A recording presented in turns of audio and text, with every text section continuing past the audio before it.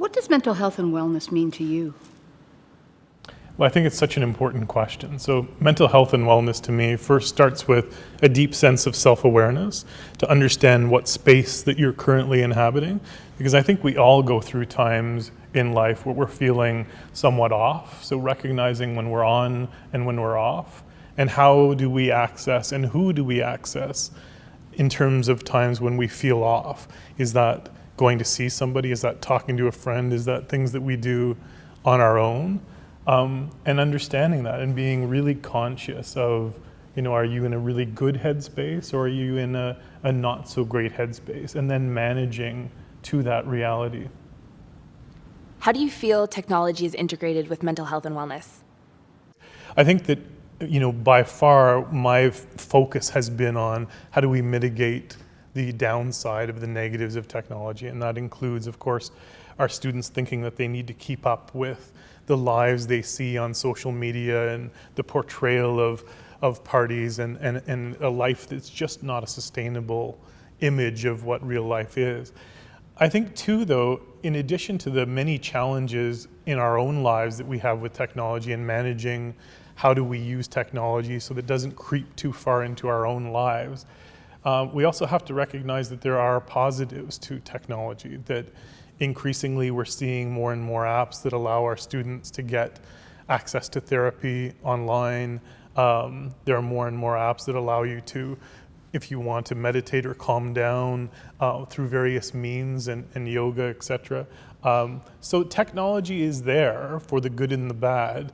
I would say that in my view it has been tipped into us having to really deal with the negative side, especially in our youth. But I would like to see that balance that I see now coming back to get more weight on this side of how can we use technology as a real positive force. What can people on campus do when they feel someone may be experiencing a difficult situation?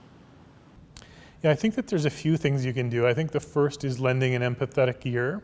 So really listening to what it is that they have to say and not superimposing your own viewpoint of what should happen, that your friend you think should be going to therapy, but hearing what it is that they're going through so that you're focusing on the listening part and the empathetic part. And I think that coming at it from a place of no judgment is really important. And so that we're not about judging, but more around the reality that we're all experiencing anxiety, depression, stress as a regular part of life.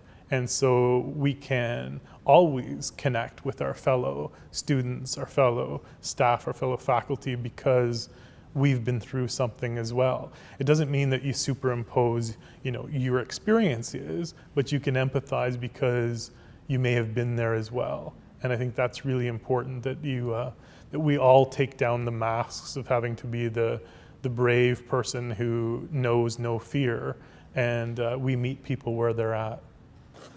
Where can people go on campus to access help and other resources? So I think that that's one element of the answer, that we can always be, letting people know and encouraging our staff and faculty to always know the resources that are available in student life and around our campus to have counseling. But I think that that's only a part of the answer, because I think it's also really important to know that if we're meeting people where they are with their own challenges and their own different mental states, we're also acknowledging that there is no one-size-fits-all solution to whatever issues they're facing. And sometimes we may have an idea of what they may need that may in fact make the situation far more stressful. So it's also about understanding with that empathetic listening that everybody needs something different at a different point in time. So they may need an ear to listen to on one day, or they may be asking you, I really need to speak to somebody.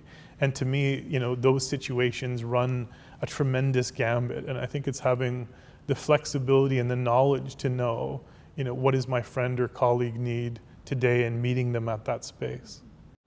What has the university done, or what is it doing, to be proactive on mental health and wellness? Yeah, so we're doing and we've done a number of things, and as you know, there's an awful lot of supports available in the Office of Student Life in terms of counseling and being able to talk to professionals about what it is we're feeling. But I think the question for me is always, are we getting to the students who need the help?